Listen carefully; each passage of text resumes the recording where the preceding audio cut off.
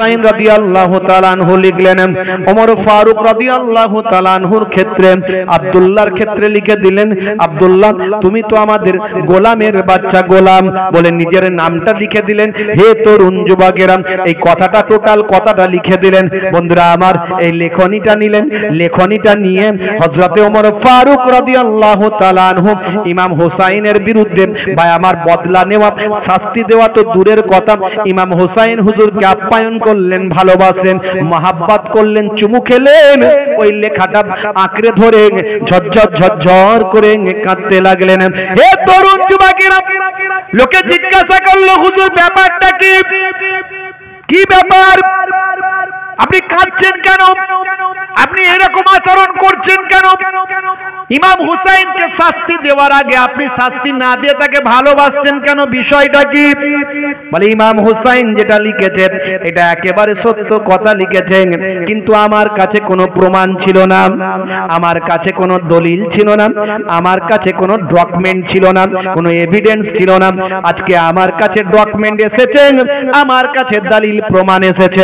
কাল কিয়ামতের দিনে, হাসরের ময়দানে, বিচারের দিনে যদি আল্লাহর দরবারে আমি ওমর ফারুক যদি দাঁড় হয়ে যাই, আমি ওমর ফারুককে যদি কাঠগড়ায় উঠতে হয়, সেই দিন আমি বলবো আমি ছিলাম আখিরি জামানার পয়গম্বরের গোলাম, আখিরি জামানার পয়গম্বরের গোলাম, আখিরি জামানার পয়গম্বরের গোলাম। সেদিন যদি আমি কোনো ডকুমেন্টস দেখাতে না পারি, ইমাম হুসাইনের লেখা ডকুমেন্টসটা আমি সেদিন দেখাবো। এই প্রমাণটা দেখিয়ে বলবো, দেখুন আল্লাহ আখিরি জামানার পয়গম্বরের, আখিরি জামানার পয়গম্বরের নাতি ইমাম হুসাইন তার নানা জানের গোলাম বলে আমাকে লিখে দিয়েছে। জোরে হবে না? আরে জোরে হবে না? এটা আমার ডকুমেন্ট, এটা আমার প্রমাণ, দলিল। কি মহাব্বত করতেন নবীও, যেমন নাতিদের ভালোবাসতেন, সাহাবারাও তেমন নাতিদের ভালোবাসতেন। জোরে বলুন সুবহানাল্লাহ। খালি ভালোবাসে না কিছু উম্মতে মুহাম্মাদি, খালি ভালোবাসে না কিছু উম্মতে মুহাম্মাদি যারা এজিদের দলে গিয়েছিল, এজিদের দলে গিয়েছিল যারা, তাদের মধ্যে অসংখ্য হাফেজ ছিল, অসংখ্য আলেম ছিল, অসংখ্য মানে সবাই নামাজি ছিল, কেউ নামাজি ছাড়া ছিল না। বেনামাজি খুব কমই ছিল, সবই নামাজি ছিল, আজান দিয়েছিল। আশহাদু আন্না মুহাম্মাদার রাসূলুল্লাহ,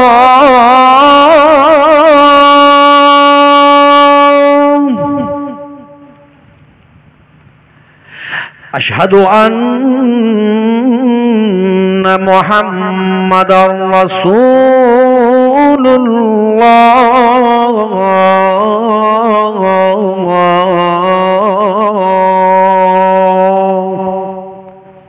তাদের তাঁবুতেও এই আজানে নবীর নাম নিয়ে আজান হয়েছিল, অথচ তারা যে নবীর নাম নামাজে বলছে আল্লাহুম্মা সাল্লি আলা মুহাম্মাদিন ওয়া আলা আলি মুহাম্মাদ, নবীর পরিবারের জন্য দোয়া চাইছে।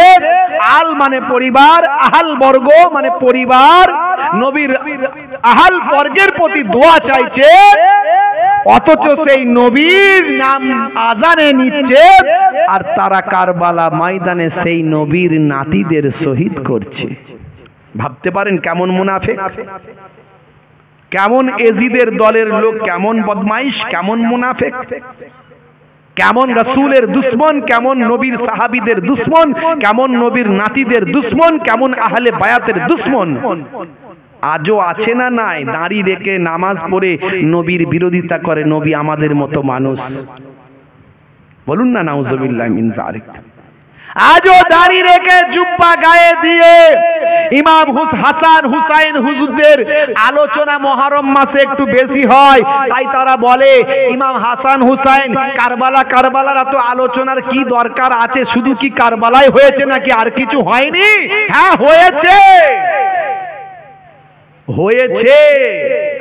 অনেক নবীদের ঘটনা ঘটেছে 10ই মুহররম আশুরার দিনে। কিন্তু আমাদের কাছে আমাদের নবী হলেন সর্বশ্রেষ্ঠ। জোরে বলুন সুবহানাল্লাহ। তো আমাদের নবীর নাতি শহীদ হয়েছে, সেটা আমাদের কাছে আরো অনেক বেশি ইম্পর্টেন্ট। জোরে বলুন সুবহানাল্লাহ। তবেই তো নবীর আশিক হবেন না। আর আমাদের নবীর নাতিরা কেন শহীদ হয়েছে একটু কি আমরা ভাববো না? যেখানে ওলি আউলিয়ারা দোয়া চাইলে কবুল হয়, তারা কেন বাঁচার দোয়া চাইলেন না? তাকদীর আল্লাহ পাল্টে দিতেন। তারা শহীদ হয়েছেন আমাদের জন্য।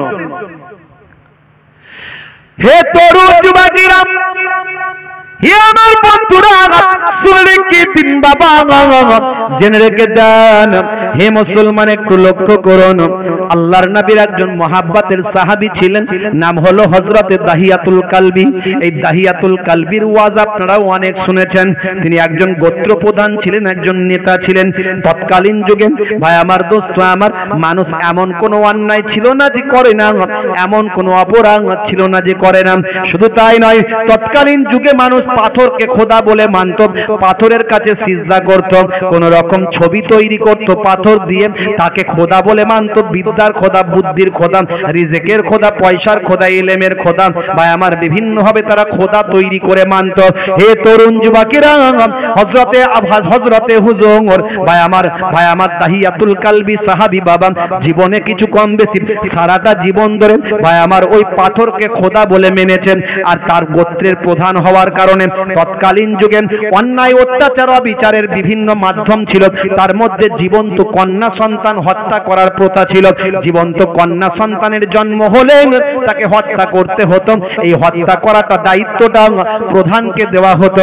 ভাই আমার জীবনে জিন্দেগিতে তিনি তার নিজে হাতে কিছু কম বেশি 70টারও বেশি জীবন্ত কন্যা সন্তানকে নিজে হাতে হত্যা করেছেন। এত বড় পাপী, এত বড় অপরাধ তার জীবনে করেছে, এমনকি নিজের কন্যা সন্তানকে হত্যা করেছে। তৎকালীন যুগে মানুষের এই ধারণা ছিল কন্যার জন্ম হলে তাকে আবার জামাই নিতে হবে, বিয়ে দিতে হবে, হ্যাঁ, জামাইয়ের কাছে শ্বশুরের সম্মান হয়তো ছোট হবে। এই সব বাজে চিন্তা ভাবনার দিয়ে তারা এই কাজগুলো, অন্যায়গুলো করত। তো পরবর্তীকালে এই সাহাবী হেদায়েত হয়ে গিয়েছিল। অনেক ঘটনা লম্বা, ইন্টারনেটে আমার ওয়াজ আছে। আসলে আশুরার ওয়াজ করলে, সোহাদা কারবালা হুজুরদের ওয়াজ করলে 2.5-3 ঘন্টা সময় লাগবে মিনিমাম। আর 3-4 ঘন্টার ওয়াজ আমার ইন্টারনেটে আছে, প্রচুর ভিউ, লক্ষ লক্ষ ভিউ হয়েছে, মিলিয়ন মিলিয়ন ভিউ হয়েছে, আপনারা অনেক মানুষ শুনেছে।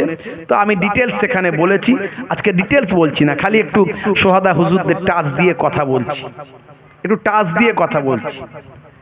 সেখানে আছে বক্তব্য সব। ভাই আমার, দাহিয়াতুল কালবি সাহাবীর জীবন জিন্দেগির কথা সেখানে আছে, আমি সেসব কথাই যাচ্ছি না।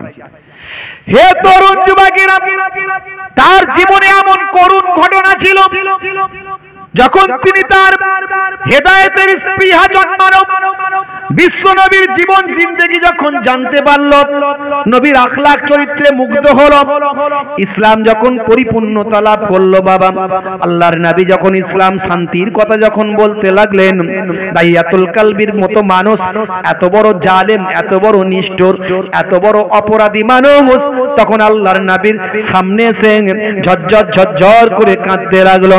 আল্লাহর নবীকে বলতে লাগলেন, ইয়া রাসূলুল্লাহ, ইয়া হাবিবাল্লাহ, আমার জীবনের গুনাহ, জীবনের পাপ কি আমার আল্লাহ ক্ষমা করবেন?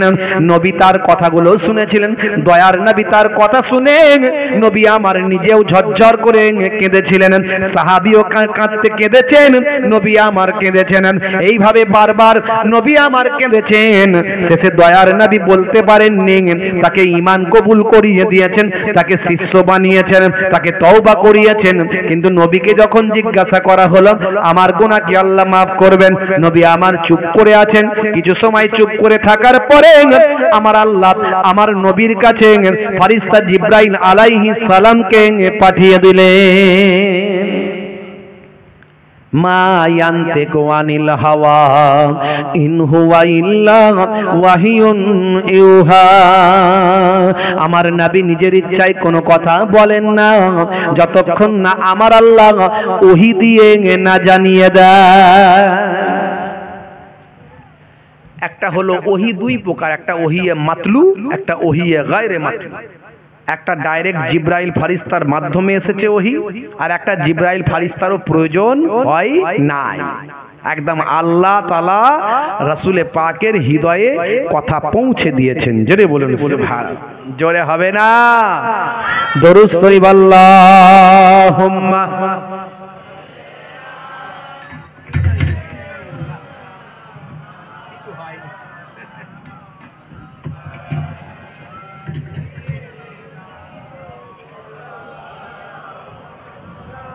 কালেমা শরীফ লা ইলাহা ইল্লাল্লাহ।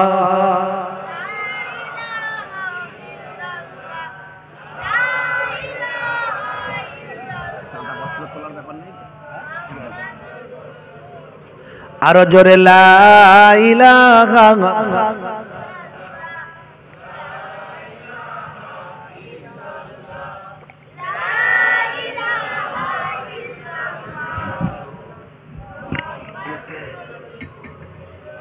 সাল্লাল্লাহু আলাইহি ওয়াসাল্লাম।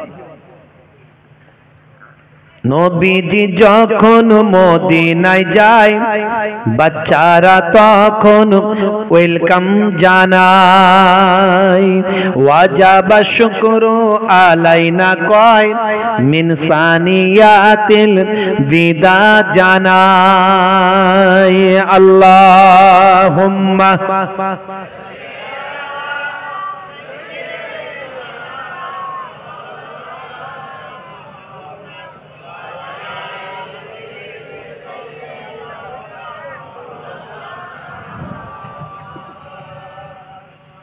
মিষ্টি মুখেরি মিষ্টি কথা,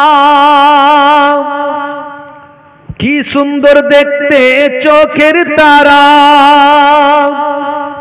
মিষ্টি মুখেরি মিষ্টি কথা, কি সুন্দর দেখতে চোখের তারা।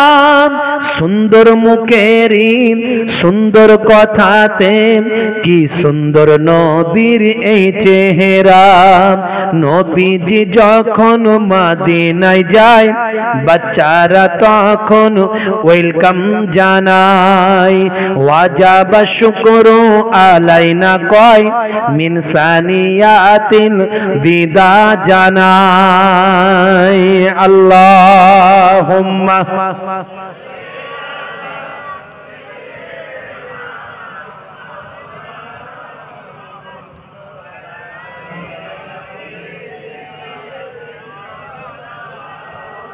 হে তরুণ যুবকেরা, আমার আপনার নবী জানিয়ে দেন, ইন্নাল ইসলামা ইয়াহদিমু মাকানা কাবলাহু ওয়া ইন্নাল হিজরাতা তাহদিমু মাকানা কাবলাহা ওয়া ইন্নাল হজ্জা ইয়াহদিমু মাকানা কাবলাহু। কোন বান্দা যদি ইসলাম কবুল করে, কোন বান্দা যদি দয়ার নবীর কাছে কালেমা পড়ে, কোন বান্দা যদি ভাই আমার কোন মানুষের কাছে পুনরায় ইসলাম গ্রহণ করে, কবুল করে, ইসলাম কবুল করার পূর্বে তার জীবনে যত গুনাহ আছে, আমার আল্লাহ সমস্ত গুনাহকে আমার আল্লাহ ক্ষমা করে দেন। কোন মানুষকে যদি দেশ ত্যাগ করতে হয়, এলাকা ত্যাগ করতে হয়, হিজরত করতে হয় ইসলামের জন্য, কোরআনের জন্য, নামাজের জন্য, রোজার জন্য, ভাই আমার আল্লাহর জন্য, রাসূলের জন্য, কোন মানুষকে যদি হিজরত করতে হয়, দেশ ত্যাগ করতে হয়, নবী বলেন হিজরত করার আগে তার জীবনে যত গুনাহ ছিল, ইসলামের কারণে, দ্বীনের কারণে তাকে হিজরত করতে হলো। এই হিজরত করার আগের জীবনে, জিন্দেগির হিজরতের পূর্বের সমস্ত গুনাহগুলোকে আমার আল্লাহ মাফ করে দেন। হে তরুণ যুবকেরা, দয়ার নবী বলেন, যদি কেউ খুলুসিয়াতের সঙ্গে অন্তর থেকে আল্লাহর বাইতুল্লাহ নবীর রওজা হজ মুবারক পালন করতে যায়, হজ করার পূর্বে বান্দা জীবনে যত গুনাহ করেছে, আমার আল্লাহ তার জীবনে জিন্দেগির গুনাহগুলোকে মাফ করে দেন। জীবনের গুনাহ আল্লাহ মাফ করে দেন। ভাইরা আমার, একটা বাজারে পকেট ভাই আমার একজন লোক 500 টাকা নিয়ে ঢুকেছে বাজার করার জন্য, বুঝতে পারছেন? পকেট মার দেখছে সারাদিন কোনো খদ্দের পাচ্ছি নি, একটা যে কারো পকেট মারবো বুঝতেই পারছি নি পকেটে কিছু আছে কিনা, কারো হয়তো 10, 20, 50, 100 নিয়ে ঢুকেছে, মেরে কি হবে, দেখলো 500 টাকার একটা খদ্দের পেয়েছি, পকেট মার চিন্তা করছে ওর পকেটটাই মারি। কথা ঠিক না ভুল? 500 টাকার লোকটার পকেট মারতে যাচ্ছে যখন, তখন কানে খবর এলো একজন গরু কেনার জন্য ঢুকেছে 50,000 টাকা নিয়ে। তো পকেট মার 500 টাকার পেছনে দৌড়াবে ওই লোকটার পেছনে, না 50,000-এর পেছনে ব্যাক গিয়ার দিয়ে সোজা ওইদিকে যাবে? কোন দিকে? সোজা ব্যাক গিয়ার দিয়ে ওইদিকে। শয়তান কি করে, যারা এখানে নামাজ কালাম টুকটাক করছে, কখনো ছাড়ে কখনো ধরে, ওদেরকে ফাঁকি টাকি মেরে ওদেরকে বুঝিয়ে বাজিয়ে বেনামাজি কি করে করা যায় চেষ্টা করছে। আর যখন দেখে বান্দা হজ করতে যাচ্ছে, এ তো পুরো ছক্কা মারতে যাচ্ছে, সারা জীবনের গোনা মাফ হয়ে যাবে, তখন শয়তান পুরো সমস্ত শক্তি নিয়ে ওই হাজী সাহেবের পেছনে লেগে যায়। হাজী সাহেবের মনে কি দেয়? অহংকার দেয়, আমি হজি। বুঝতে পারছেন? অহংকার ঢেলে দেয়, আমার মতো লোক নাই, এই অহংকার তার মনে ঢেলে দেয়। হ্যাঁ, আল্লাজি ইউওয়াসবিসু ফি সুদুরিন নাস মিনাল জিন্নাতে ওয়ান নাস, আছে না নাই? হ্যাঁ, পড়েছেন না পড়েননি সূরা নাসের মধ্যে? ফি সুদুরিন নাস, মানুষের হৃদয়ে ওয়াসওয়াসা দেয়, এই শয়তান দেয়। বুঝতে পারছেন? শুধু তাই নয়, হাজী সাহেব যখন হজে যায়, দেখবেন হজে গেলে হাজী সাহেবদের মধ্যে ঝগড়া নিজেদের মধ্যে বেশি হয়। দেখবেন ঝগড়া হয় কি নিয়ে হয়? শোয়া নিয়ে, খাওয়া নিয়ে, বসা নিয়ে, প্লেট নিয়ে, হ্যাঁ, আগে যাওয়া নিয়ে, পরে আসা নিয়ে, দরজা বন্ধ করা নিয়ে শয়তান পেছনে লেগে থাকে। ভাইরা আমার, তরুণ যুবকেরা আমার, মুরব্বিয়ানেরা আমার, বাপেরা আমার, তা আমাদেরকে সর্বদা ভাবতে হবে যে রাসূলের তরিকা যদি আপনি ভিতরে ঢুকিয়ে নিতে পারেন, শয়তান আপনার কাছে ঘেঁষতে পারবে না। এই জন্য একজন হাক্কানি আলেম বান্দা, হাক্কানি একজন ওলি বান্দা, আলেম বান্দা যদি ঘুমিয়ে থাকে, তার ঘুমটাও ইবাদত বলে গণ্য হয়। তবে হ্যাঁ, আলেমের মতো আলেম হতে হবে, যে আলেমের মনে হিংসা, বিদ্বেষ, চগলখড়ি করে, গীবত করে, এর কথা ওকে বলে, ওর কথা তাকে বলে, নামাজ পড়ে না, ফাঁকি মারে, হ্যাঁ, 2 নম্বরই করে, এই রকম আলেম আলেম নয়, এগুলো তো আলেম নামের জালেম। আলেমকে বলা হয়েছে যার চেহারা দেখলে আল্লাহ এবং রাসূলের কথা মনে পড়ে যায়, যার জবান থেকে আল্লাহ এবং রাসূলের কথা সব সময় বের হয়। জোরে বলুন সুবহানাল্লাহ। তিনি হচ্ছেন আলেম। ভাইরা আমার, তরুণ যুবকেরা আমার, মুরব্বিয়ানেরা আমার, শয়তান যদি দেখে একটা আলেম বান্দা ঘুমিয়ে আছে, শয়তান সেখান থেকে দূর থেকে পালিয়ে যাবে, তার কাছে ধারে কাছে যাবে না, বা তুললে বিপদ আছে। ঘুমাচ্ছে ঘুমাক, তুললে বিপদ আছে। তুললেই তো এক্ষুনি ওয়াজ করতে শুরু করে দেবে, তুললেই তো এক্ষুনি কোরআন হাদিসের কথা বলবে, তুললেই তো এক্ষুনি শয়তানের বিরুদ্ধে বলবে। ও ঘুমাচ্ছে ঘুমাক, যতক্ষণ ঘুমিয়ে আছে থাক, ভালো আছে, ও ধারে কাছে যাবে না শয়তান। এই যে ছেলেকে আলেম করেন, মাওলানা করেন, মাওলানা, আলেম, হাফেজ, মুফতি যদি না করতে পারেন, ছোটবেলায় অন্তত একটু মক্তবে দেন, মাদ্রাসায় দেন, একটু হারাম হালাল, পাক নাপাক, জায়েজ না জায়েজ, বাপ মায়ের খেদমত, আলেমদের সম্মান, হ্যাঁ, জান্নাত জাহান্নাম, ওযু নামাজ, পাক পবিত্র, ছোটদের স্নেহ, বড়দের সম্মান, কাকে কিরকম ভালোবাসতে হবে, মহাব্বত করতে হবে, প্রতিবেশীর সঙ্গে ভালো ব্যবহার, হিন্দু মুসলিম খ্রিস্টান জৈন বৌদ্ধের সঙ্গে ভালো সম্পর্ক, হ্যাঁ, প্রতিবেশীর হক, এগুলো ছোটবেলায় শিখে যাবে। তারপর আপনার ছেলেটার অনেক বুদ্ধি আল্লাহ দিয়েছে, আরো বুদ্ধি দিক, আপনার ছেলেটাকে ডাক্তার করুন, ডাক্তার আমাদের দরকার আছে। আপনার ছেলেটাকে ইঞ্জিনিয়ার করুন, ইঞ্জিনিয়ার আমাদের সমাজে দরকার আছে। আপনার ছেলেটাকে is, IPS, WBCS, SDO, BDO, ভাই আমার, হায়ার এডুকেটেড করুন। আপনার ঘরের মেয়েটাকে করুন, আপনার ঘরের মেয়েটাকে পর্দার মধ্যে রেখে নিশ্চয়ই ডাক্তার করতে পারবেন, নিশ্চয়ই আপনার ঘরের মেয়েটা ডাক্তার হবে, হায়ার এডুকেটেড হবে, আপনার ঘরের মেয়েটা উচ্চ শিক্ষায় শিক্ষিতা হবে, সব কিছু সে নিজের সম্মানের সঙ্গে করবে যদি তার মধ্যে আল্লাহর দ্বীন শিখিয়ে দেওয়া হয়। নারী শিক্ষায় হয় সমাজ পতিত, নারী শিক্ষায় হয় সমাজ গঠিত, নারী শিক্ষায় হয় সমাজ গঠিত, নারী শিক্ষা নাই বলে সমাজ পতিত। নারীগণ যদি শিক্ষিতা না হয় কখনো মুসলিম জাতি জাগিবার নয়। আমাদের ঘরের আমাদের ধারণা হয়ে গেছে মেয়েদেরকে শিক্ষা দিতে হবে না। না, আপনার ঘরের মেয়েটাকে শিক্ষিতা করুন। একটা মহিলা শিক্ষিতা হলে একটা পরিবার শিক্ষিত হয়ে যাবে। মাই হলো সন্তানের প্রথম টিচার, আর সেই মা যদি অশিক্ষিত হয় তো সন্তান কি শিখবে? বন্ধুরা আমার, তরুণ যুবকেরা আমার, তবে হ্যাঁ, আপনার বাচ্চা ছেলেটিকে মেয়েটিকে ছোটবেলায় আগে একটু মক্তব মাদ্রাসায় দেবেন, দেখবেন তার জীবনটা পাল্টে গেছে। হে তরুণ যুবকেরা, হে আমার বন্ধুরা, ফেরেশতা জিবরাইল আলাইহিস সালাম সেই সময় আল্লাহর নবীকে জানিয়ে দিলেন, ইয়া রাসূলুল্লাহ, হাবিবাল্লাহ, এখন আপনার সাহাবী জিজ্ঞাসা করছেন তার জীবনে জিন্দেগির গুনাহ কি আল্লাহ মাফ করেছেন, আপনি তাকে জানিয়ে দিন। সে আগে জানতো না, বুঝতো না, সে আগে জানতো না কোনো কিছু, তার মধ্যে দ্বীন ছিল না, ইসলাম ছিল না। এখন তার মধ্যে ইসলাম এসেছে, নবী এসেছে, দ্বীন এসেছে, আল্লাহকে চিনেছেন। এখন সে তওবা করেছে, ইস্তেগফার করেছেন। ইয়া আইয়ুহাল্লাযীনা আমানু তুবু ইলাল্লাহি তাওবাতান নাসুহা। আল্লাহ কোরআন মাজিদে বলেন, বান্দা তুমি তওবা করো, অন্তর থেকে তওবা করো। তাওবাতান নাসুহা যদি করো, অন্তর থেকে যদি তুমি তওবা করো, আমি আল্লাহ তোমার জীবনে জিন্দেগির গুনাহগুলো মাফ করে দেব। অন্তর থেকে তওবা করতে হবে। এ দুনিয়া ক্ষণস্থায়ী, চিরস্থায়ী নয়। আমরা এখানে 50 বছর 60 বছর আছি, এখন দেখছেন না সপ্তাহ যাচ্ছে পানির মতো।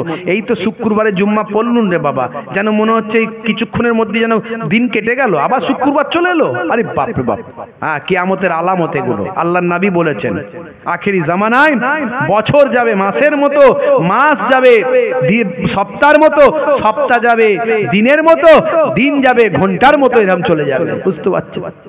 এসব হাদিসের মধ্যে সব কথাবার্তাগুলো আছে। হে তরুণ যুবকেরা, সেই সাহাবী এত নবীকে ভালোবাসতেন, নবীর নাতিদের এত মহাব্বত করতেন, আল্লাহর নবীর দরবারে ঘন ঘন আসতেন। ওই সাহাবী বাচ্চাদের সঙ্গে এত তার মহাব্বত হয়ে গিয়েছিল, বাচ্চাদের কাছে যখন তিনি দয়ার নবীর দরবার শরীফে আসতেন, দয়ার নবীর খেদমতে যখন আসতেন, বাচ্চাদের জন্য একটু তাবারুক, একটু নাস্তা, একটু খাবার আর তিনি পকেটে নিয়ে আসতেন। এত মহাব্বত বাচ্চাদের সঙ্গে হয়েছিল, বাচ্চাদেরকে দিতে দেরি হলে বাচ্চারা দুই পকেটে গিয়ে হাত গলিয়ে খাবার আর বের করে নিত। এতটাই বাচ্চাদের সঙ্গে ওই সাহাবীর মহাব্বত, ভালোবাসা হয়ে গিয়েছিল।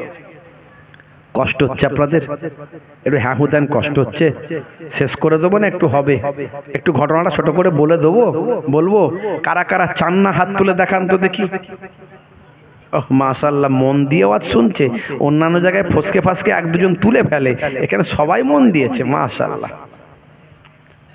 আচ্ছা, এবার দেখে নি সত্যি সত্যি কারা কারা কারা শুনতে চান, হাত তুলে দেখে। মাশাআল্লাহ মাশাআল্লাহ, নারে তাকবীর, নারে তাকবীর। সিলসিলা হক ফুরফুরা শরীফ, সিলসিলা হক মুজাদ্দিদুজ জামান, সুহাদা হুজুরদের ইসালে সওয়াব, সুহাদা হুজুরদের ইসালে সওয়াব। নারে তাকবীর, নারে রিসালাত, নারে তাকবীর। সিলসিলা হক ফুরফুরা শরীফ, নারে তাকবীর। মাশাআল্লাহ মাশাআল্লাহ মাশাআল্লাহ। আল্লাহ কবুল করেন, বলুন আল্লাহুম্মা আমিন। খুব সংক্ষেপে বলি, লম্বা চওড়া নয়, ছোট করে বলবো, একেবারে সংক্ষেপে বলবো। বাপেরা আমার, তরুণ যুবকেরা আমার, বন্ধুরা আমার, মুরব্বিয়ানেরা আমার, রাসূলে পাকের ওই সাহাবী যখন রাসূলে পাকের দরবারে আসতেন, পকেটে করে বাচ্চাদের জন্য খাবার না নিয়ে তিনি আসতেন না। বুঝতে পারছেন? এগুলো নবীর দেখানো জিনিস। এই যে আপনারা হুজুর, পীর সাহেব, আলেম ওলামাদের তোহফা দেন, দেবেন, বাম্মা, মুরব্বী, বয়স্ক, সম্মানের যারা ব্যক্তি তাদেরকে একটু করে গিফট দেবেন, গিফট। এটা সুন্নতে নাবাবী, এটা সুন্নতে নবাবী। মাঝে মাঝে আব্বার জন্য, আব্বা বেঁচে আছেন, বুড়ো বাপ, বুড়ো বাপ, মাঝে মাঝে ভালো একটু খাবার নিয়ে আসেন। আব্বা সন্দেশ খেতে পছন্দ করে, একটু সন্দেশ নিয়ে এসে নিজে হাতে খাওয়ান, জানটা ঠান্ডা হয়ে যাবে। দোয়া চাইতে হবে না, আব্বা দোয়া করো, আব্বা দোয়া করো, দোয়া করো। দোয়া জবান সে নেহি, দোয়া দিল সে হোতা হ্যায়। আপনার জীবনটা ধন্য হয়ে যাবে। মাকে একটু নিয়ে সে খাবারটা খাওয়াবেন। সে কবে ঈদ আসবে আর বকরা ঈদ আসবে, তখন মায়ের জন্য একটা শাড়ি কিনবেন আর বাপের জন্য একটা লুঙ্গি কিনবেন। কেন, আর সারা বছরে কি একটা কেনা যায় না?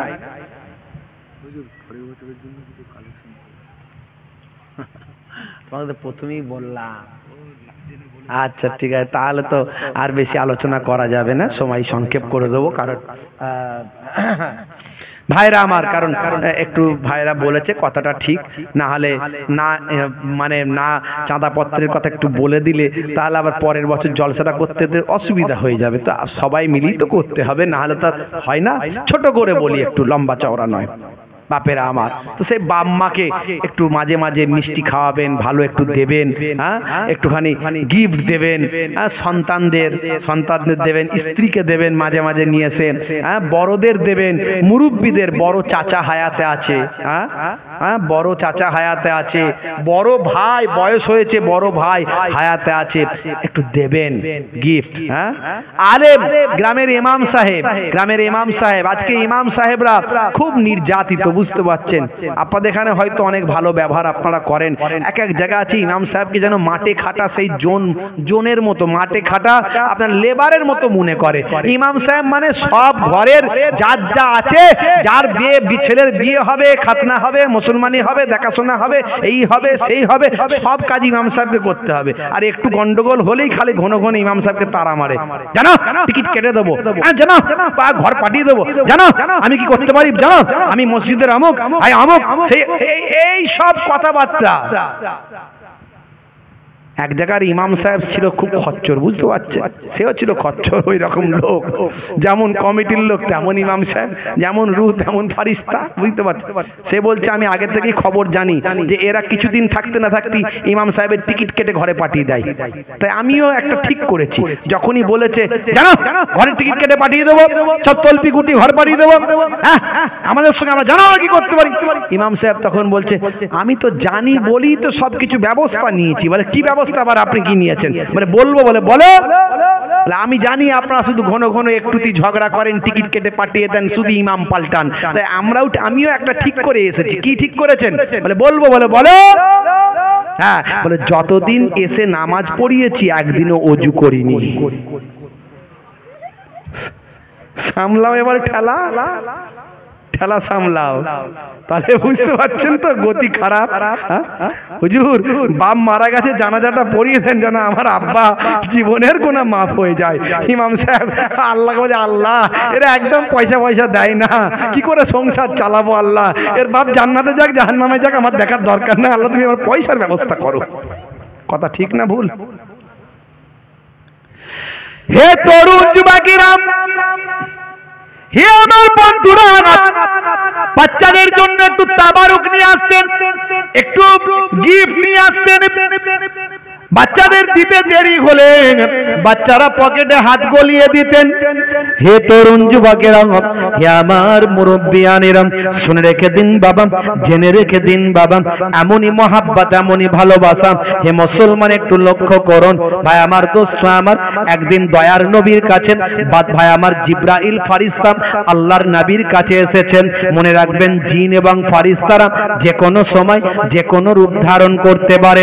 দয়ার নবীর কাছে জিব্রাইল ফারিস্তা এসেছে ওই সাহাবীর চেহারা ধরে, দাহিয়াতুল কালবির ফারিস্তার দাহিয়াতুল কালবির চেহারা ধরে জিব্রাইল ফারিস্তা এসেছেন। ভাই আমার এসেন দয়ার নবীর সামনে বসে বসে দয়ার নবীর সঙ্গে কথা বলছেন। দুইজন ভাই দূর থেকে দেখছেন, নানা জানের সাহাবী, কিন্তু আজকেও তো খাবার দিতে দেরি করছেন, মনে হয় অন্য দিনের মতো ভুলে গেছেন। ভুলে গেলে তো আমরা পকেটে হাত গলাই, চলো ভাই হাসান, চলো ভাই হুসাইন, দুই ভাই মিলে জিব্রাইল ফারিস্তার পকেটে গিয়ে হাতটা গলিয়েছে। দুই ভাই দুই পকেটে গিয়ে হাত মেরেছে, বুঝতে পারছেন। জিব্রাইল ফারিস্তা তো ঘাবড়ে গেছেন, ব্যাপারটা কি? কি হলো? আল্লাহর নবীকে বলছেন ইয়া রাসূলুল্লাহ ইয়া হাবিবাল্লাহ, এই বাচ্চারা এরকম করে কেন, পকেটে হাত দেয় কেন? আল্লাহর নবী সব খুলে বললেন এই ব্যাপার এই ব্যাপার। জিবরাইল ফারিস্তা বললেন, আল্লাহর নবী বললেন ভাই জিবরাইল কিছু মনে করেন না, আপনি এত বড় একজন জলিল ও কদর একজন ফারিস্তা, সমস্ত নবীদের কাছে আপনি নবুয়ত নিয়ে এসেছেন, সমস্ত নবীদের কাছে রিসালাত নিয়ে এসেছেন, ওহী নিয়ে এসেছেন। বাচ্চারা তো জানে না আপনি ফারিস্তাদের সরদার, বাচ্চারা জানে না। তো বাচ্চার হাত গলে, হুজুর কোনো ব্যাপার নাই, এরা নবীর নাতি, এদের আল্লাহ অনেক সম্মান দিয়েছে, আপনি একটু অপেক্ষা করুন, আমি যাবো আর আসবো। হে তরুণ যুবকেরা, হে আমার বন্ধুরা, কয়েক মুহূর্তের জন্য জিবরাইল ফারিস্তা চলে গেলেন, কয়েক মুহূর্তের মধ্যে এসে হাজির হলেন টাটকা কিছু আঙ্গুর নিয়ে, ফল নিয়ে। আল্লাহর নবী রাহমাতুল লিল আলামিন দয়ার নবীকে বললেন ইয়া রাসূলুল্লাহ হাবিবাল্লাহ, বাচ্চাদের একটুখানি আপনি আপনার জানুতে বসান, দুই জানুতে বসিয়ে দুই ভাইকে একটু আপনি নিজে হাতে খাওয়ান, আমি জিবরাইল সামনে বসে বসে একটু বাচ্চাদের খাওয়াটা অবলোকন করি।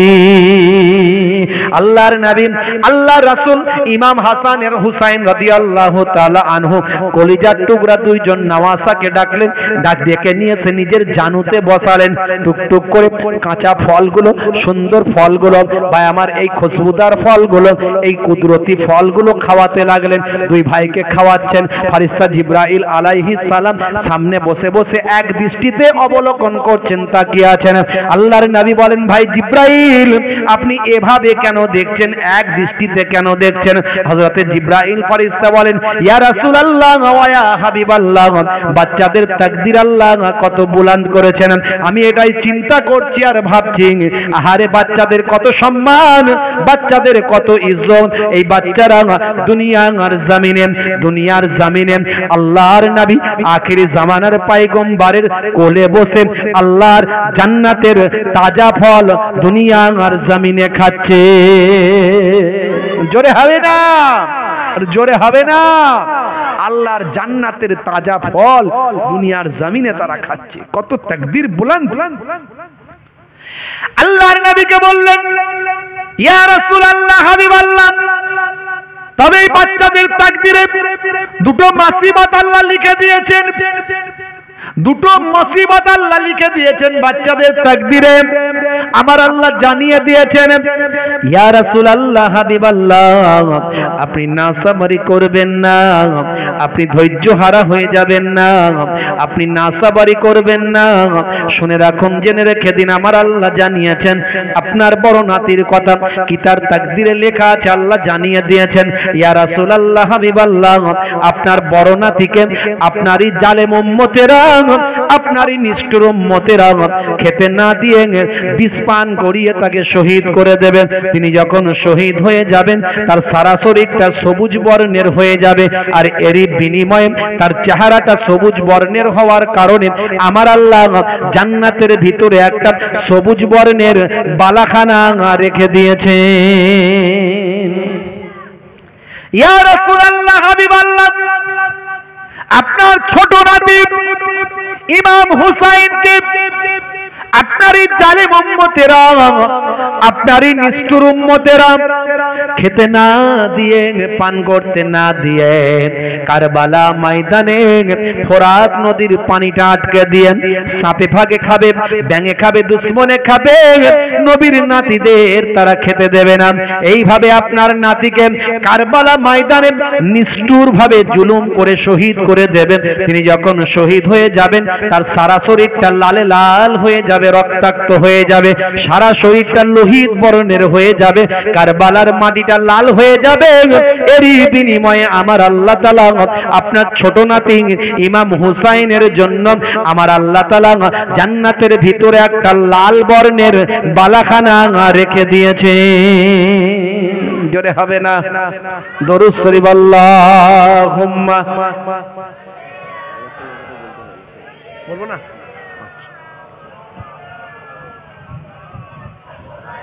وعلى آله যাক, ভাইয়েরা বললেন কালেকশন করতে হবে না, যেভাবে আপনারা আজকের এই মাহফিল করেছেন সেরকম ভাবেই ইনশাআল্লাহ করা হবে। আল্লাহ যদি করেন, খুব ভালো চিন্তা ভাবনা, এটাই দরকার, খুব ভালো, মাশাআল্লাহ। হে তরুণ যুবকেরা, হে আমার বন্ধুরা, শুনে রেখে দিন বাবা, জেনে রেখে দেন। হে মুসলমান, একটু লক্ষ্য করুন, মুসলমান একটুখানি খেয়াল করুন, একটুখানি লক্ষ্য করুন। বাবা আমার খুবই সংক্ষেপ করে বলবো, ছোট করে বলবো, 12:30 বাজতে চললো, আর আলোচনা নয়, সংক্ষেপ করব একদম। ভাইরা আমার, এই খবরটা যখন হযরতে আল্লাহর নবী যখন জানতে পারলেন, নবী আমার চোখ ভরা পানি, বুক ভরা বেদনা। সেই সময় ফারিস্তা জিবরাইল আলাইহিস সালাম বললেন, ইয়া রাসূলুল্লাহ, হাবিবাল্লাহ, আমার আল্লাহ জানিয়েছেন নাসাবারি করবেন না, ধৈর্য হারা হয়ে যাবেন না। আর নবীর নাতিদের, কলিজার টুকরা সন্তানদের আব্বা মা আত্মীয় স্বজনদেরও জানিয়ে দেবেন নাসাবারি যেন না করেন, ধৈর্য হারা যেন না হয়ে যায়, সাবর করার কথা আল্লাহ জানিয়েছেন। ইয়া রাসূলুল্লাহ, হাবিবাল্লাহ, শুনে রেখে দেন, কাল কিয়ামতের দিনে হাসরের ময়দানে আপনার কোটি কোটি উম্মত উম্মতি গুনাহগার হবে। আপনার কোটি কোটি উম্মত উম্মতিদের গুনাহগার উম্মত উম্মতিদের জন্য আপনার নাতিদেরকে আল্লাহর দরবারে পেশ করে আপনি আপনার কোটি কোটি গুনাহগার উম্মত উম্মতিদের নাজাত করাতে পারবে। জোরে হবে না? তাহলে ইমাম হাসান, ইমাম হুসাইন রাদিয়াল্লাহু তাআলা আনহুমা, তারা শহীদ হয়েছেন আমাদের জন্য, গুনাহগার উম্মত উম্মতিদের জন্য। একটু ভাবুন, চিন্তা করুন, আজকে সেই উম্মত কি অবস্থায় আছে। মুসলমান আজকে নামাজ ছেড়ে দিয়েছি, রাসূলের সুন্নত ছেড়ে দিয়েছি, আহলে বায়াতদের ভালোবাসা আমাদের মধ্যে নাই। যদি থাকতো তাহলে কি আমরা বেনামাজি হতে পারতাম? সুন্নত ছাড়তে পারতাম? নবীর নাতিদের আখলাক ভুলে যেতাম? রাসূলের তরিকা ভুলে যেতাম? হে তরুণ যুবকেরা, হে আমার বন্ধুরা, মুসলমান আজকে চিন্তা করুন, মুসলমানের যুবক আজকে ইমাম হুসাইন, ইমাম হাসান, ইমাম হুসাইনের ভক্ত না হয়ে তারা হয়েছে শাহরুখ খানের ভক্ত। আছে না নাই? হ্যাঁ, স্কিন টাইট গেঞ্জি, স্কিন টাইট প্যান্ট, জিন্সের প্যান্ট আবার 3 জায়গায় ছেঁড়া, কি হয়েছে রে ভাই? বলছে সলেমান খানের ভক্ত। ওরে বাপ রে বাপ, হাতে বালা, কানে দুল, মাথার পেছনে লম্বা চুল, বলছে তোরা যা করছিস সব ভুল। উড়ি সর্বনাশ। আজকালকার পোলা দেখো সঠিক পথে চলে না, পিতামাতা গুরুজনের কথা তারা শোনে না। চুলগুলো ছোট ছোট, প্যান্ট শার্ট আটো সাটো, সুজোরা পায়ে দিয়ে, পেছনে ব্যাগ নিয়ে, লাল লাল জুতো পায়ে, চোখে কালো চশমা, 2 চোখ মেলে খোঁজে বেদের মেয়ে জোসনা, গায়ে হাতে ট্যাটু আঁকা আছে না নাই? কিছু ছেলে আবার দেখবেন গায়ে হাতে ট্যাটু এঁকেছে, কানে দুল পড়েছে। আরে সর্বনাশ, কানে দুল, গায়ে ট্যাটু, মাথার ওপরে লম্বা চুল, তাতে আবার কাকাতুয়ার মাথায় ঝুটি, খ্যাক্সিয়ালি পালাই ছুটি, গরু বাছুর দাঁড়িয়ে আছে, ঘুঘু পাখি ডাকছে গাছে, দেখলেই মনে হয় পাক্কা পকেট মার দাঁড়িয়ে আছে। বুঝতে পারছেন? গায়ে হাতে ট্যাটু আঁকা, হেঁটে চলে আঁকা বাঁকা, কাছে গেলে দেখা যায় সুস্থ ছেলে না, কাছে গেলে দেখা যায় সুস্থ ছেলে না, তিরঙ্গার দুর্গন্ধে টেকা যায় না, তিরঙ্গার দুর্গন্ধে টেকা যায় না। আজকালকার পোলা দেখো সঠিক পথে চলে না, পিতামাতা গুরুজনের কথা তারা শোনে না। মুসলমানের নারী, তারাও করছে বাড়াবাড়ি। আজকালকার নারী চালাচ্ছে স্কুটি গাড়ি, গায়ে নাই ওড়না, বলছে আমার দিকে দেখ না, চুল করতে কারা, আর যাচ্ছে বিউটি পার্লার। যায় কি যায় না? একদম নায়িকা। উড়ি সর্বনাশ, কি চুলের স্টাইল, উড়িয়ে দিয়ে বেরিয়ে যাচ্ছে। পোশাক এমন পরেছে, পোশাক এমন পরেছে ও না পরার মতোই। বুঝতে পারছেন? এদিকে ফাঁকা, ওদিকে ফাঁকা, ওদিকে ফাঁকা, খালি পর্দা করছে কার কাছে? ইমাম সাহেবের কাছে। ইমাম সাহেব দেখলে এমন ঘুমটা এদিকে মারছে, ওদিকটা লোডশেডিং হয়ে যাচ্ছে। কথা ঠিক না ভুল? হ্যাঁ, একজন মহিলা যখন জাহান্নামে যাবে, সঙ্গে 4 জনকে নেবে, সঙ্গে 4 জনকে নেবে। প্রথম বাপকে নেবে, বড় ভাইকে নেবে, স্বামীকে নেবে, বড় ছেলেকে নেবে, কারণ 4 জনই এক একটা সময়ে তার গার্জেন।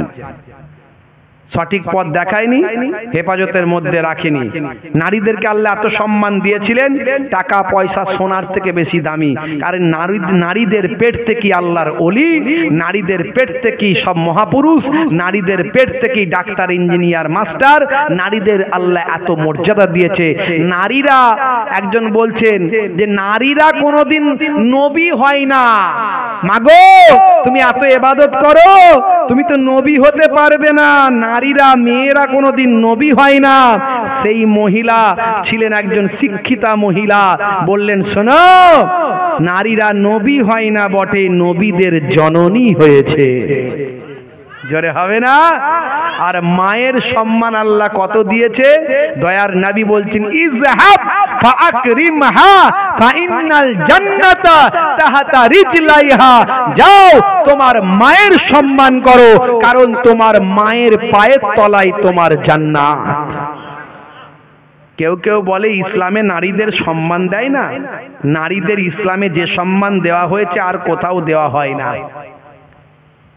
নারীদের সম্মান ইসলাম যা দিয়েছে আর কোথাও দেওয়া হয় না। ইউরোপ কান্ট্রিজ গুলো দেখুন ভাই আমার, যে নারীদেরকে তারা পণ্যে পরিণত করেছে, নারী স্বাধীনতার নাম করে নারীকে অ্যাডের জায়গায় নিয়ে এসেছে, অর্ধলঙ্গ করেছে। অবশেষে সেই নারীরা নবীর জীবনী পড়ে বুঝতে পারছে তাদের সম্মান ইসলাম কত দিয়েছে।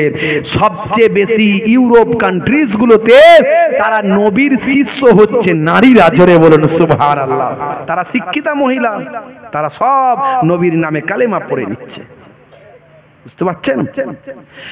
হে তরুণ যুবকেরা, হে আমার বন্ধুরা, শুনে রেখে দিন বাবা, সেই ইমাম হাসান, ইমাম হুসাইন রাদিয়াল্লাহু তাআলা আনহু যখন এই খবরটা ফেরেশতা জিবরাইল আলাইহিস সালাম দিলেন, অমনি তড়িৎ গতিতে খবরটা পৌঁছে গেল আম্মাজান ফাতেমাতুজ জোহরা রাদিয়াল্লাহু তাআলা আনহা ঝরঝর করে কাঁদতে কাঁদতে দয়ার নবীর কাছে এলেন। আব্বাজান, আব্বাজান, আব্বাজান, কি খবর ফেরেশতা জিবরাইল দিয়ে গেছেন? আমার সন্তানেরা কি এমন অন্যায় করবে, আমার সন্তানেরা কি এমন অপরাধ করবে, আপনার এই জালেম উম্মতেরা খেতে না দিয়ে, পান করতে না দিয়ে তাদের শহীদ করে দেবে। আমি ফাতেমা তোমার ও পিতামর, কি কথা আমায় তুমি শোনালে, আমি ফাতেমা তোমার ও পিতামর, কি কথা আমায় তুমি শোনালে, করবে কি ভুল ক্ষমা নাই যার, হাসান হুসাইনের জীবনে, হাসান হুসাইনের জীবনে, ও হাসান হুসাইনের জীবনে, হাসান হুসাইনের জীবনে।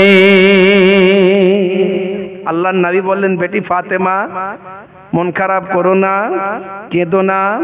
আমার আল্লাহ জানিয়ে দিয়েছেন, সবর করতে বলেছেন, নাসাবারি করো না, নাসাবারি করো না, কারণ তোমার সন্তানদের দেখিয়ে কাল কিয়ামতের দিনে আমি আমার কোটি কোটি গুনাহগার উম্মতিদের নাজাত করাতে পারবো। জোরে হবে না? জোরে হবে না? অনেক লম্বা ঘটনা, একেবারে সংক্ষেপ করে দিচ্ছি, বাবা মার ছোট্ট করে বলে দিচ্ছি। আল্লাহর নবীর নাতি ইমাম হাসান রাদিয়াল্লাহু তাআলা আনহুকে জীবনে বারবার বিষ পান করানো হয়েছিল। বিবাহ সংক্রান্ত ব্যাপার নিয়ে জালেমরা একটা মাধ্যমে আল্লাহর নবীর নাতিকে বারবার বিষ পান করিয়েছিল। প্রত্যেকবারে বিষ পান করে নানাজানের রওজা মোবারকে গিয়ে নানাজানের ওসিলা দিয়ে দোয়া চেয়েছেন। নানাজানের ওসিলায় আল্লাহ বিষকে পানি করে দিয়েছেন। তবে শরীরটা কমজোর হয়ে গেছে, দুর্বল হয়ে গেছে, রোদে বেরোতে কষ্ট হয়। বুঝতে পারছেন? 45 বছর বয়স, 49 হিজরি, হিজরতের 49, 45 বছর বয়স। মহাব্বতের মুরিদানেরা গোল করে ঘিরে আছে। কেউ না আবার বিছনা পান করাতে পারে। মুরিদানদের মাঝখানে ওয়াজ করছেন, ভাই আমার কুজোর পানি, কুজোতে পানি রেখে সিল করা আছে, পানি চাইলে সিল কেটে দেবো যাতে কেউ বিছনা খাওয়াতে পারে। আহা, মহাব্বতের মুরিদানেরা গোল করে ঘিরে আছে। হে তরুণ যুবকেরা, জীবনের শেষ রাত, হযরত ইমাম হাসান রাদিয়াল্লাহু তাআলা আনহু এমন সময় মুরিদানদের ভিতরে ওয়াজ করতে করতে রাত্রির বেলা একটু তান্দ্রা লেগে গেছে, চোখটা একটু লেগে গেছে, মুরিদানেরা গোল করে ঘিরে আছেন। বাবা, এমন সময় দেখতে পাওয়া যায় চোখটা যখন একটু লেগেছে, সঙ্গে সঙ্গে খ্বাব দেখতে লাগলেন, স্বপ্ন দেখতে লাগলেন। স্বপ্নে তিনি দেখেন আল্লাহর জান্নাতের ভিতরে প্রবেশ করেছেন। একটা চেয়ারে বসে আছেন আখিরি জামানার পয়গম্বর, জগতের শেষ নবী নানা জান। আর একটা চেয়ারে বসে আছেন খাতুনে জান্নাত আম্মা জান ফাতেমাতুজ জোহরা রাদিয়াল্লাহু তাআলা আনহা আম্মা জান। আর একটা চেয়ারে বসে আছেন শেরে খোদা আসাদুল্লাহিল গালিব হযরত আলী মুর্তজা কারামাল্লাহু ওয়াজহু আব্বা জান। নানা জান ডাকছেন, ভাই হাসান, ভাই হাসান, আর কেন দুনিয়ায় আছো? চলে এসো, চলে এসো, আল্লাহর জান্নাতে নানা নাতি একসঙ্গে বসবাস করি। তবে মনে রাখবে, তুমি আসার আগে দুনিয়ার জমিনে তোমার উপরে অনেক মুসিবত চলবে, অনেক মুসিবত চলবে। ভাই হাসান, না সাবারি করবে না, ধৈর্য হারা হয়ে যাবে না, কারণ কাল কিয়ামতের দিনে হাসরের ময়দানে আমি তোমাদের দেখিয়ে আমার কোটি কোটি গুনাহগার উম্মত উম্মতিদের নাজাত করাতে পারবো। ঘুম ভেঙে গেল, স্বপ্ন ভেঙে গেল। স্বপ্ন থেকে উঠে মুরিদানদের শোনালেন। মুরিদানেরা চোখ ভরা পানি, বুক ভরা বেদনা। এমন সময় বললেন, বাবারা কে আছো, একটু পানি দাও। পানি যেই সিল কেটে দেয়া হলো, মহাব্বতের এক মুরিদ গিয়ে পানির সিলটা কেটে, কুজোর সিলটা কেটে পানি দিলেন। খাওয়ার সঙ্গে সঙ্গে বললেন, কি পানি খাওয়ালে বাবা? এ তো একেবারে সোজা হলাহল বিষ খাইয়ে দিলে। তারপরে শুরু করলেন, মহাব্বতের মুরিদানের মধ্যে কান্নার রোল উঠে গেল। কুজোর সিল কেটে পানি দিলাম, কে তার মাঝখানে কুজো পাল্টে দিল কিংবা তার মাঝখানে বিষ দিয়ে দিল বুঝতে পারিনি। আরে হযরত ইমাম হাসান হুজুর বললেন, বাবারা বাবারা কি পানি পান করালে বাবা? প্রত্যেকবারে বিষ পান করে নানা জানের রওজা পর্যন্ত গেছি, এবারে মনে হয় আর নানা জানের রওজা পর্যন্ত যেতে পারবো না। তাড়াতাড়ি খবর দাও, আমার ছোট ভাই ইমাম হুসাইনকে আসতে বলো। পরপাতে শুরু করলেন, ছোট ভাই ভাই হাসান, বড় ভাইজান, বড় ভাইজান করে ছুটে ছুটে এলেন। কে আপনাকে বিষ পান করালো আবার? আহারে, আপনাকে আবার কে বিষ পান করালো? একবার নামটা বলুন, যদি জানেন একবার বলুন, আমি তার সঙ্গে ফাইসালা করব, তার সঙ্গে আমি লড়াই করব। নানা জানকে এমন সময় বড় ভাইজান বললেন, ভাই হুসাইন, লড়াই করতে হবে না, যদি আল্লাহ আমাকে হায়াত দেন আমি বোঝাপড়া করব, আর যদি হায়াত না দেন আমার রওজাটা নানি জানকে জিজ্ঞাসা করবেন নানা জানের পাশে করা যায় কিনা। যদি না হয় আম্মা জানের পাশে মদিনার বিখ্যাত গোরস্থান জান্নাতুল বাকিতে আমার রওজাটা আম্মা জানের পাশে করে দেবে। তবে মনে রাখবে, আমি কোনো বদলা নিতে চাই না, যদি আমি ইন্তেকাল হয়ে যায় আমি তাকে ক্ষমা করে দিলাম। নানা জান স্বপ্ন দেখেছিলাম, নানা জান বলেছিলেন তুমি আসার আগে অনেক মুসিবত চলবে, নাসাবারি করতে বারণ করেছেন, ধৈর্য হারা হতে বারণ করেছেন, কারণ কাল কিয়ামতের দিনে আমাকে দেখে, আমাদের দেখিয়ে নানা জানের কোটি কোটি গুনাহগার উম্মত উম্মতিদের নানা জান নাজাত করাতে পারবে। দেখেছেন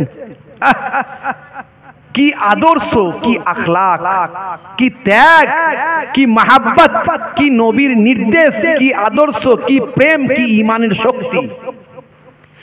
হে তরুণ যুবকেরা, অনেক ঘটনা সব বাদ দিলাম।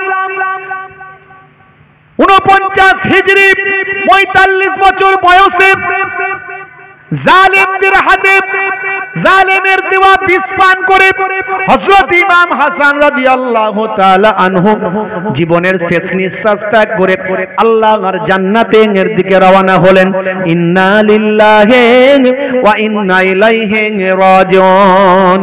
হযরত ইমাম হাসান রাদিয়াল্লাহু তাআলা আনহুকে তার রওজাটা করা হয়েছে মদিনার বিখ্যাত গোরস্থান জান্নাতুল বাকিতে আম্মা জানের কাছে। ঘটনা অনেক, সব বাদ দিয়ে বলছি। ইমাম হোসাইন হুজুর থাকতে লাগলেন। আস্তে আস্তে এজিদ ক্ষমতা পেয়ে গেল আমিরে মুআবিয়ার পরে। কিভাবে আমিরে মুআবিয়া ক্ষমতা পেয়েছিল, কিভাবে এজিদ পেল, ইন্টারনেটে গেলে আমার বক্তব্য আছে। লম্বা ঘটনা, 2.5-3 ঘন্টার ঘটনা। বুঝতে পারছেন, এজিদ ক্ষমতা পেয়ে তার ভয় হলো, এই ক্ষমতার তো যোগ্য হলো ইমাম হোসাইন, অথচ আমি ক্ষমতা নিচ্ছি, তাই ইমাম হোসাইনকে আমাকে বশ করতে হবে। নির্দেশ জারি করলো। ইমাম হোসাইন বললেন, আমার ক্ষমতার কোনো লোভ নাই, গদি সিংহাসনের কোনো আমার লোভ নাই, কিন্তু আমার নানা জানের মেহনতের ইসলাম, মেহনতের দিন, শান্তির ধর্ম এজিদের হাতে যাওয়ার কারণে এজিদ হলো একজন নিকৃষ্ট ব্যক্তি, একজন মাতাল, একজন জেনাকারী, একজন অশ্লীল কাজে ব্যস্ত, একজন অপরাধী, একজন জালেম। এই রকম নিষ্ঠুর ব্যক্তির হাতে যখন খেলাফতি চলে যাচ্ছে, সে ইসলামকে বিকৃত করবে, নানা জানের রেখে যাওয়া দিনকে ধ্বংস করে ফেলবে। তাই আমার জীবন চলে গেলেও এজিদের বশ্যতা আমি স্বীকার করব না, এজিদকে নেতা বলে আমি মানব না। ইমাম হোসাইন হুজুরকে হত্যার, শহীদ করার নির্দেশ জারি হয়ে গেল।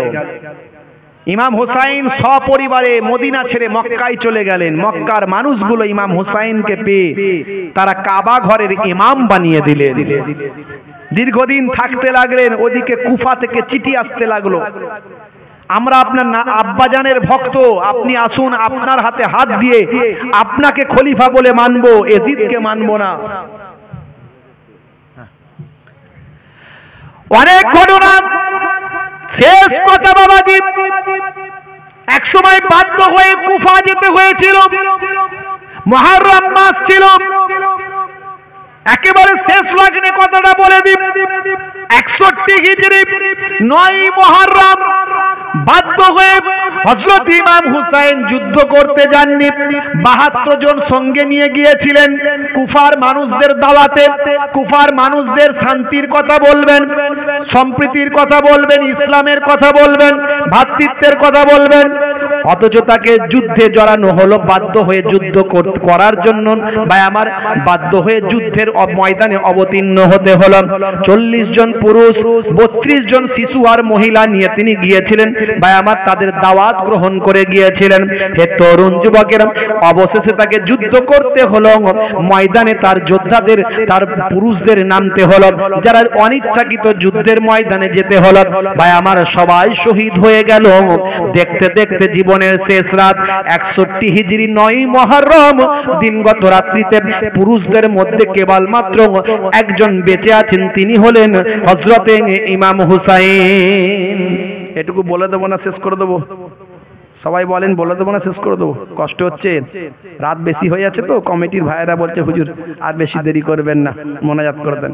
এটুকু বলবো তো নাকি? এটুকু সংক্ষেপে বলি বাবা, ছোট্ট করে বলে দিই ভাই আমার, শেষ রাত জীবনের সবাই শহীদ হয়ে গেছে, কেবলমাত্র ইমাম হুসাইন একা আছেন। 61 হিজরি 9 মুহররম বৃহস্পতিবার দিনগত রাত্রিতে তাঁবুর ভিতর মেয়েরা নামাজ পড়ছে, ইবাদত করছে, তেলাওয়াত করছে। এমন সময় হযরত ইমাম হুসাইন রাদিয়াল্লাহু তাআলা আনহু ইবাদত করছিলেন, তেলাওয়াত করছিলেন। করতে করতে একটুখানি চোখটা লেগে গেছেন। হযরত ইমাম হুসাইন রাদিয়াল্লাহু তাআলা আনহু তিনিও খ্বাব দেখতে লাগলেন, স্বপ্ন দেখতে লাগলেন। স্বপ্নের মধ্যে তিনি দেখছেন আমি আল্লাহর জান্নাতে প্রবেশ করেছি। একটা সিংহাসনে বসে আছেন নানা জান আখিরি জামানার পয়গম্বর, আর একটা সিংহাসনে কুরসিতে বসে আছেন আম্মা জান, আর একটা কুরসিতে বসে আছেন আব্বা জান, আর একটা কুরসিতে বড় ভাই জান, আর একটা কুরসিতে আমার চাচাতো ভাই ইমাম মুসলিম রাদিয়াল্লাহু তাআলা আনহু। নানা জান ডাক দিয়ে বলেন, ভাই হুসাইন চলে এসো, চলে এসো, আল্লাহর জান্নাতে চলে এসো। নানা নাতি একসঙ্গে বসবাস করি, তবে মনে রাখবে তুমি আসার আগে দুনিয়ার জমিনে তোমার উপর অনেক মুসিবত আসবে, নাসাবারি করবে না, ধৈর্যহারা হয়ে যাবে না, কারণ কাল কিয়ামতের দিনে আমি তোমার নানা জান তোমাকে দেখিয়ে কাল কিয়ামতের দিনে কোটি কোটি আমার উম্মত উম্মতিদের গুনাহগার উম্মত উম্মতিদের নাজাত করাতে পারব। অবশেষে ইমাম হুসাইন রাদিয়াল্লাহু তাআলা আনহুকে বললেন, বেরিয়ে এসো, যুদ্ধ করবে। এতদিন তোমার সঙ্গীদেরকে হত্যা করেছি, শহীদ করেছি, এবার তোমাকে শহীদ করব। নিরুপায় হয়ে ইমাম হুসাইন হুজুর কি করলেন? যুদ্ধের জন্য প্রস্তুতি হলেন। এদিকে মাতৃদুগ্ধ শুকিয়ে গেছে, পানি আটকে দিয়েছে, ফরাত নদীর পানি সাপে ব্যাঙে দুশ্মনে খায়, নবীর নাতিদের খেতে দেয় না। ছোট্ট একটা বাচ্চা আলী আসগার 2.5 বছর বয়স, পানির জন্য তরপাচ্ছে। মা বলছে, কই গো আমার স্বামী, প্রিয়তম স্বামী হুসাইন, হুজুর আপনি যান, নবীর নাতি আপনি যান, আপনার কলিজার টুকরা বাচ্চাটাকে কারবালা ময়দানে নিয়ে গিয়ে জালেমদের দেখান, যদি জালেমদের মনে দয়া হয়, লড়াই আপনার সঙ্গে, যুদ্ধ আপনার সঙ্গে, খেলাফতি আপনার সঙ্গে, এই বাচ্চার সঙ্গে তো শত্রুতা নয়, যদি এক পেয়ালা পানি তারা দেয়, বাচ্চাটাকে দেখান, মাতৃদুগ্ধ শুকিয়ে গেছে, 2.5 বছরের বাচ্চা পানির পিপাসায় অস্থির হয়ে পড়ছে, বাচ্চাটাকে দেখান।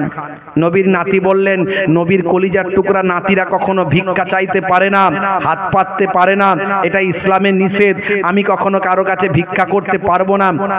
স্ত্রী বোঝালেন, এটা ভিক্ষা নয়, এটা আল্লাহর দেওয়া জিনিস, পানি ওরা আটকে রেখেছে জুলুমি করে, তার কাছ থেকে পানিটা চাওয়া, ভিক্ষা চাওয়া না, একটু নিয়ে যান, বাচ্চাটাকে বাঁচান। নিরুপায় হয়ে স্বামীর কথা শুনে, স্ত্রীর কথা শুনে ইমাম হুসাইন রাদিয়াল্লাহু তাআলা আনহু 2.5 বছরের আলী আসগারকে নিয়ে গিয়ে দেখালেন, দেখো গো নবী খানদানের ছোট্ট শিশু, নবী বংশের ছোট্ট শিশু, এই বাচ্চাটাকে যদি এক পেয়ালা পানি দাও, আমার নানাজান হবে জান্নাতে হাউজে কাউসারের মালিক। আমি আমার নানাজানকে বলে দুনিয়ার এক পেয়ালা পানির পরিবর্তে হাউজে কাউসারের পানি তোমাদের দেব। ওরে জিদ সেনা এই দেখনা, পিপাসাই কাতরাই মর ছেলে, কোনো দয়া নাই তীর সে চালাই, আলিয়াস গারে রই বুকেতে, আলিয়াস গারে রই বুকেতে, ও আলিয়াস গারে রই বুকেতে, আলিয়াস গারে রই বুকেতে। ছোট্ট বাচ্চাটা বাপের কোলে, পিতার কোলে কারবালা ময়দানে, ভাই আমার তরপাতে শহীদ হয়ে গেল। তীর একদিক দিয়ে ঢুকলো, অপর দিক দিয়ে বেরিয়ে গেল, ফিচকিরি দিয়ে রক্ত ফিনকি দিয়ে বেরোতে লাগলো, কারবালা ময়দান লালে লাল হয়ে গেল। ইমাম হুসাইন সন্তানের রক্তে ভিজে গেলেন, হাতে সেই রক্ত এসে পড়লো, সেই রক্ত চেহারা ভিজে গেল। ইমাম হুসাইন হুজুর তাঁবুর ভিতর চোখ ভরা পানি নিয়ে সেই স্ত্রীকে বলেন, স্ত্রী ও আমার বিবি, দেখো আমার আল্লাহর মসজিদে নাই, নবী খানদানকে আল্লাহ দুনিয়ার পানি পান করাবেন না, আমার আল্লাহ জান্নাতের শরবত পান করাবেন। এই দেখো জিন্দা বাচ্চাকে নিয়ে গেলাম আর শহীদ বাচ্চাকে তোমার কোলে ফিরিয়ে দিলাম। ইন্না লিল্লাহি ওয়া ইন্না ইলাইহি রাজিউন। ইমাম হুসাইন হুজুর মনকে শক্ত করে নিলেন, যুদ্ধের পোশাক পরে নিলেন, মাথায় নানাজানের দেওয়া পাগড়ি পরে নিলেন, হাতে নানাজানের দেওয়া সেই ভায়ামার তলোয়ার, জুলফিকার তলোয়ার, যেটা শের খোদা আলী যখন যে তলোয়ার নিয়ে নামতেন জালেমদের হৃদয় কম্পন তৈরি হতো। ভায়ামার হাজার হাজার যোদ্ধার বুকে থরথর করে কাঁপতো। হযরতে আলী যখন ময়দানে নামতেন, সেই আলীর রাদিয়াল্লাহু তাআলা আনহুর যোগ্য সন্তান ইমাম হুসাইন, তিনিও বীর যোদ্ধা, যখন ওই জুলফিকার তলোয়ার নিয়ে ময়দানে নামেন তখন হাজার হাজার যোদ্ধাদের হৃদয় থরথর করে কাঁপে। কয়েকদিন এতগুলো দিন ধরে পানি না পান করে পিপাসায় অস্থির, তারপরও যুদ্ধের মতো যুদ্ধের পোশাক পরে ভাই আমার ঘোড়ার উপর সওয়ার হয়ে এক কোরা মারলেন।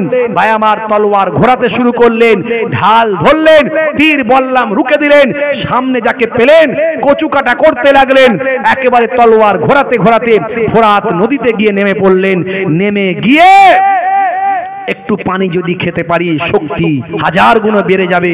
একটু পানিটা শুধু মুখে তুলছেন, যেই তুলছেন অমনি পানিতে ছবি ভেসে উঠছে। সেই আবুল কাসিমের ছবি উঠছে, আব্দুল ওয়াহাবের ছবি উঠছে। 2.5 বছরের কলিজার টুকরা সন্তান আলী আসগার এই মাত্র পানির জন্য শহীদ হয়েছেন, তার চেহারা উঠে উঠছে। আহারে আমি কেমন করে পানি পান করতে পারি। তুলছেন পানি ফেলে দিচ্ছেন, তুলছেন পানি ফেলে দিচ্ছেন। জালেমরা লক্ষ্য রাখছে যদি হুজুর একটু পানি খেয়ে ফেলে তাহলে শক্তি হাজার গুণ বেড়ে যাবে। এমনি ইমাম হোসাইন যখন ময়দানে নামে তাকে দেখলে জালেমদের হৃদয় থরথর করে কাঁপে। তো ইমাম হোসাইনকে শহীদ করা মুশকিল হয়ে যাবে, তাই তারা রটিয়ে দিল হুজুর আপনি পানি পান করছেন আর ওদিকে আপনার তাবুতে মেয়েদের উপর মুসিবত এসেছে, মেয়েদের উপর অ্যাটাক হয়েছে। ইমাম হোসাইন পানি ছেড়ে দিয়ে ঘোড়ার উপর সওয়ার হয়ে তড়িৎ গতিতে পৌঁছে গেলেন। গিয়ে দেখলেন না, মহিলারা সব সহি সালামতের মধ্যে আছেন। আবার ময়দানে নেমে পড়লেন, জালেমদেরকে কচুকাটা করতে লাগলেন। করতে করতে করতে করতে অনেক ঘটনা সেসব কথা বাদ দিয়ে শেষ কথা যেটা অনেক বইয়েতে অনেক রকম ভাবে লিপিবদ্ধ হয়েছে, অনেকে এটাকে একটা ড্রামা নাটকে পরিণত করেছে, অনেকে এটাকে একটা প্রেমের বিরহের কাহিনী তৈরি করেছে, অনেকে একটা ড্রামা তৈরি করে দিয়েছে। এগুলো নবীর নাতিদের নিয়ে এই সব বাজে কথা যারা লিখেছে এগুলো অন্যায়, এগুলো গুনাহের কাজ। মনে রাখবেন রেপুটেড যারা ঐতিহাসিক তাদের লেখা গ্রন্থগুলো পড়বেন। আকবর শাহ খান নাজিবাবাদীর লেখা তারিখুল ইসলামের মধ্যে লেখা আছে ভাই আমার সুনান বিন নাকির বল্লামের আঘাতে ইমাম হুসাইন রাদিয়াল্লাহু তাআলা আনহু শহীদি মওত বরণ করেন। ইন্না লিল্লাহি ওয়া ইন্না ইলাইহি রাজিউন। ভাইরা আমার অনেক ঘটনা, এর পরেও অনেক ঘটনা আছে, আমি সব বাদ দিয়ে দিলাম। আমার বলার উদ্দেশ্য হলো এটা 72 জন নিয়ে গিয়ে তিনি যখন কারবালা ময়দানে পৌঁছেছিলেন তখন তিনি তার সঙ্গীদের বলেছিলেন তোমরা সব চলে যাও, তোমাদেরকে এরা আটকাবে না, এদের সঙ্গে তোমাদের লড়াই নয় আমার লড়াই, এরা আমাকে মেরে ফেলতে চায়, তো আমি যদি শহীদ হয়ে যাই আমি একা শহীদ হব, তোমরা বেঁচে যাবে। কিন্তু নবীর নাতির সঙ্গীরা তারা বলেছিলেন যদি আজকে ইমাম হুসাইনের হাত যদি ছেড়ে দিয়ে আমরা নিজেরা বাঁচার জন্য চলে যাই, কাল কিয়ামতের দিনে রাসূলের দরবারে আমরা মুখ দেখাতে পারবো না, সেদিন আমাদের নাজাত হবে না।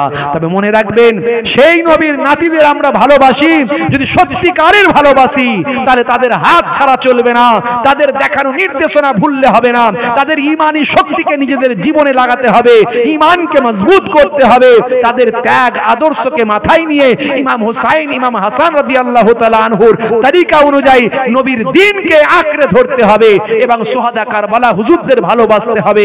প্রত্যেককে নামাজি হতে হবে, প্রত্যেককে সুন্নত ওয়ালা হতে হবে। বলুন ইনশাআল্লাহ, বলুন ইনশাআল্লাহ। কারা কারা নামাজি সুন্নত ওয়ালা হব হাত তুলে দেখান দেখি, দেখান দেখি। অল্প দিনের জিন্দেগি, অল্প দিনের জিন্দেগি, কবে মরে যাবেন গ্যারান্টি নাই, কবে মরে যাবেন গ্যারান্টি নাই। সকলে বলুন নারে তাকবীর, নারে তাকবীর। প্রত্যেকেই নামাজি হয়ে যাবেন বাপ। কদিন বাঁচবেন গ্যারান্টি নাই, আল্লাহ কদিন হায়াতে রেখেছেন। নামাজে গিয়ে দোয়া চাইবেন আল্লাহ হায়াত বাড়িয়ে দেবে, নামাজে গিয়ে দোয়া চাইবেন আল্লাহ তাকদীর বুলন্দ করবে, নামাজে গিয়ে দোয়া চাইবেন আল্লাহ বরকত দান করবে। এসব পরীক্ষিত, আল্লাহ কোরআনেতে সেটাই বলেছেন ওয়াস্তাঈনু বিসসাবরি ওয়াস সালাত, বান্দা তোরা আমার কাছে সাহায্য প্রার্থনা কর ধৈর্য এবং নামাজের মাধ্যমে। নামাজি হয়ে যান, সুন্নত ওয়ালা হয়ে যান, সুহাদা কারবালা হুজুরদের ভালোবাসুন। আমি এটুকুই আপনাদের কাছে বলে আজকের মাহফিল শেষ করব। বাপেরা আমার জন্য দোয়া রাখবেন, আমি আপনাদের জন্য দোয়া রাখি। আল্লাহ রাব্বুল আলামিন আমাদের সিরাতুল মুস্তাকিম পথের পথিক বানিয়ে দেন। বলুন আল্লাহুম্মা আমিন, বলুন আল্লাহুম্মা আমিন। প্রত্যেকে 3 বার সূরা ফাতিহা আলহামদুলিল্লাহ শরীফ, 3 বার সূরা ইখলাস কুল হুয়াল্লাহ শরীফ, 3 বার দুরূদ শরীফ পাক তেলাওয়াত করেন, আখিরি মোনাজাত করা হবে। আর আমি একটা এতিমখানা চালাই, বুঝতে পারছেন অনেক বাচ্চারা ফ্রি অফ কস্ট, অল্প পয়সা কম পয়সা ফ্রি